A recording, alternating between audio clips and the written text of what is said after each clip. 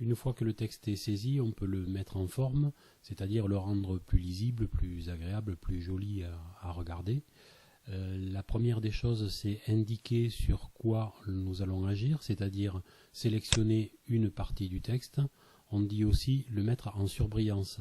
On voit effectivement que le texte apparaît maintenant en noir sur un fond bleu. On dit donc qu'il est en surbrillance. Le premier des éléments sur lequel on peut agir, c'est bien entendu la forme des lettres, c'est-à-dire la police. Ici, nous pouvons changer la police en choisissant une autre forme de lettre. Nous pouvons intervenir bien entendu sur la taille de la police, c'est-à-dire la grandeur des lettres, en choisissant ou en tapant directement une valeur. Ici par exemple, taille 18. Il est possible de mettre certains mots en gras en utilisant la lettre A ou le raccourci clavier CTRL plus B. Idem pour le passage en italique, CTRL plus I ou la lettre A inclinée.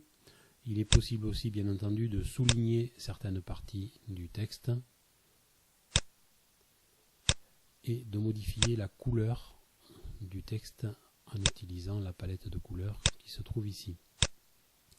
On peut aussi bien entendu modifier la position du texte, c'est-à-dire l'endroit où le texte se situe dans la page. Pour aligner le texte à gauche, nous utiliserons cette fonction. Pour aligner le texte au centre, nous utiliserons cette fonction et non pas la barre d'espacement qui est trop souvent employée.